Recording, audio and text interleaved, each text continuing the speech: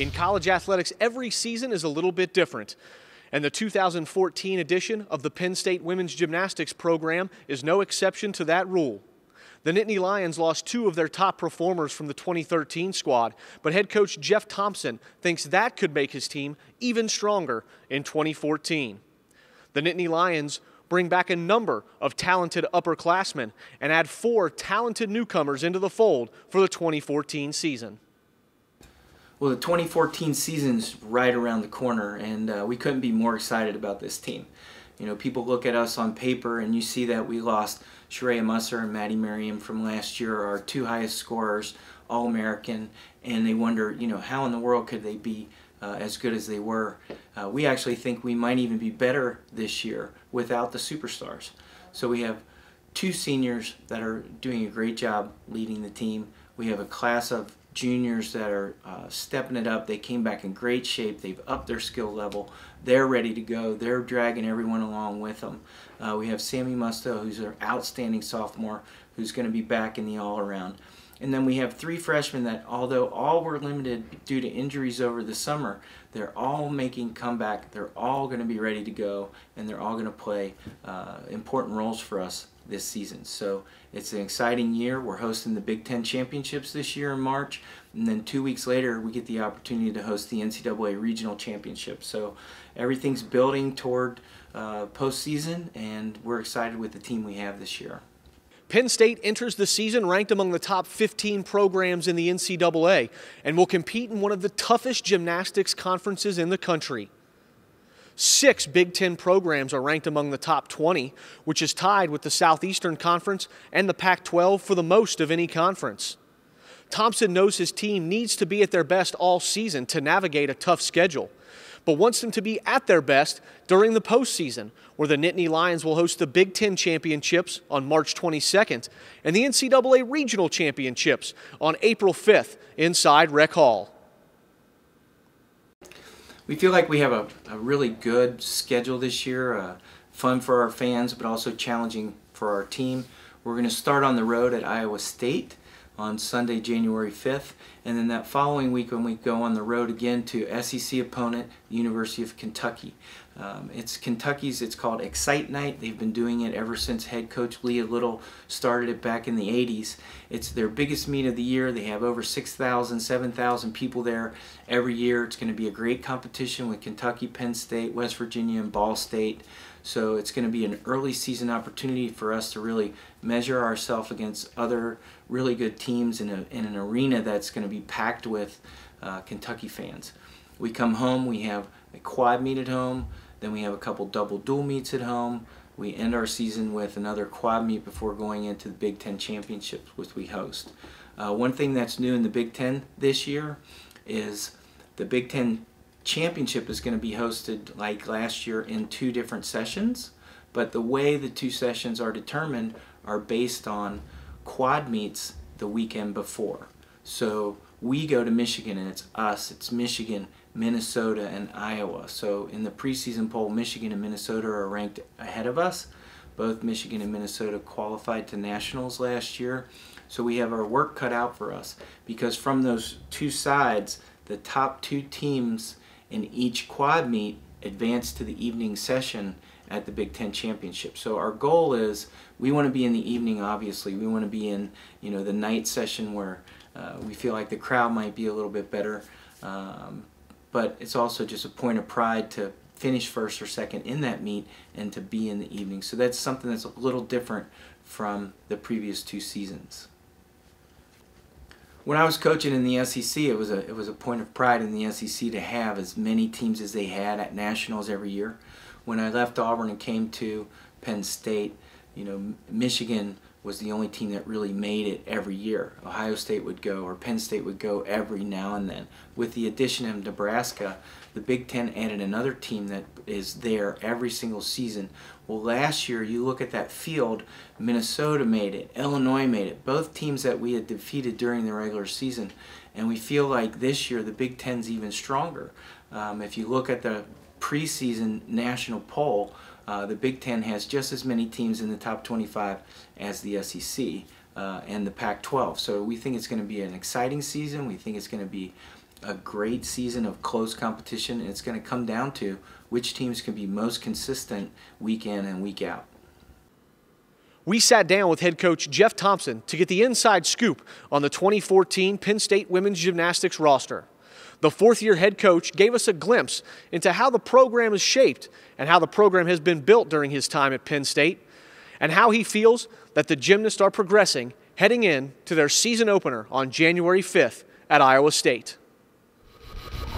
About our freshmen, obviously, whenever you bring in a new recruiting class, you want them to be the stars on the team. You want them to be better than the ones they replaced. Unfortunately, the ones they're replacing are two of the best ever at Penn State, and Sharia Musser and Madison Merriam. But we have high hopes for this class. Over the summer, Emma Simpson had an ankle surgery. Tina Postiglione tore her ACL playing Frisbee, and Nicole Medvis broke a bone in her hand all before they arrived. So they were all limited at the beginning of the season. They were all limited through most of the fall. But gladly, they're all 100% now. They're all training. They're all going to be ready for competition at some point in the season. Emma Simpson comes to us from Vancouver, British Columbia by way of Dallas, Texas. She did most of her competition in Canada. She is an outstanding vaulter. She's an outstanding tumbler, and she's really pretty to watch on beam and bars. Emma, we hope, will be an all-arounder for us this year, but we're thinking that basically great vault, great floor, and let her get used to competing in those two events. Christina Postiglione was the all-arounder we had hoped would come in right off the bat to replace Sharia Musser. She's a beautiful gymnast. She has great skills. She has a very high skill level. But unfortunately, over the summer, while volunteering at a Relay for Life event, while the people were going around the track, they were throwing Frisbee in the infield, and she jumped to catch the Frisbee and tore her ACL. So it was repaired. She's gone through all the rehab. She's worked really hard. She's stayed in great shape, and she's back now with a brace, able to do gymnastics. It's our hope that we'll get her back on balance beam first, then on even bars, then floor, then vault. So time will tell how much Tina does for us this year. It's our hope that she makes it back as an all-arounder, the all-arounder that we recruited her to be. Nicole Medvis is another freshman that suffered a summer injury at home while training. The broken bone in her hand limited her for the first month of school, and she's done a great job. She was working really hard on all 4 events, and then one day on bars she slipped off on a release move and hurt her shoulder, and we're going to get her back on bars, but right now she's only training balance beam. We decided that it's not worth it to push her on the other events. When you have a 3-time national champion on balance beam, you're not going to knock her out of that event to try to teach her a vault. So it could be that Nicole is a balance beam specialist for us this year. It's our hope that she'll also be able to do on even bars and compete for us on even bars, because her bars are just as beautiful as her balance beam. The sophomore class, Sammy Musto last year got off to a great start. She was freshman of the week in week 1 and week 2 in the Big Ten. Unfortunately, at our first home meet, she tweaked her knee on a front double full and never got back to really competing on floor the rest of that season. But she toughed it out, and she came back. She ended up competing vault, bars, and beam for the rest of the season. She returns. She looks great. She feels healthy. Her leg feels great, and she's been training all 4 events and hitting routines every day in the gym. We expect Sammy to compete in the all-around. We expect Sammy to keep putting up those 9.85s like she did last year on all 4 events, and we expect Sammy to be a star for us. Our junior class is the heart of our team right now. We have 5 juniors, 2 by way of transfer, and I'll start with Alex Witt. Alex was doing a great job all fall. She had herself poised to be in the vault lineup. She was in the bar lineup, and then one day on a shoot over, her hand slipped. She caught her thumb, and she ended up needing to have that fixed by our orthopedic surgeon. So it's not a long-term thing. She's going to be back. We're going to get her back for the season. But she was looking really good with pike Jaeger, full twisting double A out on bars. And we're going to miss that early in the season. The other 4 girls, Randy Lau is a transfer from LSU.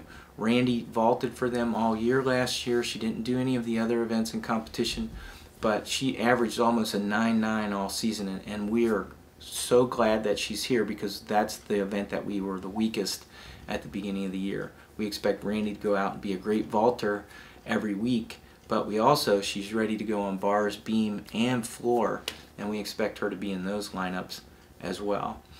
Sydney Sanabria Robles is possibly going to be our top all-arounder this year. She looks great this fall. She's hitting routines. It's like something just clicked with her, and she's having fun. She loves doing gymnastics. She loves leading her team, and she's going out there and doing a great job. Look for her to do outstanding things during her junior year. Lexi Carroll was a 3-event person for us in the previous 2 years. Lexi has herself in the beam lineup now and will compete as an all-arounder. She's done a great job. She came back in great shape. Her tumbling looks awesome. Her vault looks great. She has a new series on beam, and she upgraded her bar dismount. She's now doing a full twisting double back. So, for someone to come in that was already that good to come back in even better shape and then upgrade their skills, it's been a great thing for the other girls to be around. She kind of is pulling them along in the same direction. Crystal Welsh was our freshman of the year 2 years ago. She competed in the all-around. She did an outstanding job. She hit almost every routine she did that season. Unfortunately, she had an ankle that bothered her. They did a repair. It took almost a whole year for it to get back to where it felt normal again. But thankfully, it's normal again. And so Crystal's out there kicking butt on vault. Her bar routine, she learned a new bar dismount. She has a double front with a half out. Beam looks great, and she's opening with a double Arabian on floor and ending with a double pike. So she's been very consistent. She's in great shape. She's having fun doing gymnastics, and all 5 of those kids are going to be the heart, the core, and they're going to take us in the direction we want to go. Well, obviously we're excited about our senior class. It's the first class since we've been here that's only been coached by our staff. Last year, they were the last year of the Shepherd era. They were freshmen when Steve was in his last year. So these are kids that only know our system, and they've really bought in. They did a great job over the summer. They came back in great shape, and they've done a great job all fall leading the team.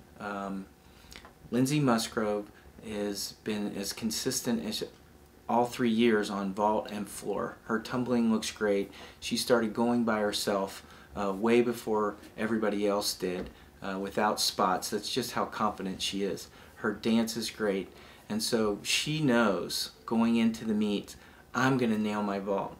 I'm going to hit my floor routine. There's no worries there, and so it makes it fun for her. It'll make it more comfortable for the girls around her because she's going to be confident in herself.